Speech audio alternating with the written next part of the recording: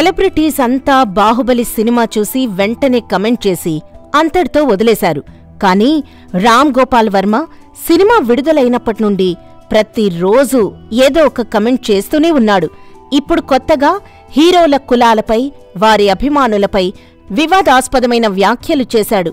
కొంతమంది హీరోలు వారి కులానికి సంబంధించిన అభిమానులపైన మాత్రమే దృష్టి పెట్టారు. అంటే కొంతమంది హీరోలు కాపుల మీద, మరికొంతమంది కమ్మకులం మీద ఫోకస్ చేశారు.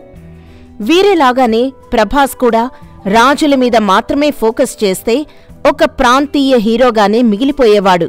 ప్రభాస్ అలా చేయకపోవడం వల్లనే నేషనల్ స్టార్ అయ్యాడని వర్మ ట్వీట్ చేశాడు. అంతేకాదు, ప్రభాస్ ప్రాంతీయ అభిమానుల్ని పట్టించుకోడని, అందువల్లనే జాతీయ, అంతర్జాతీయ అభిమానులను సొంతం చేసుకున్నాడని, లోకల్ ఫ్యాన్స్ గురించి పట్టించుకుంటే స్టార్స్ ఎప్పటికీ అలాగే ఉంటారని కూడా వ్యాఖ్యానించాడు.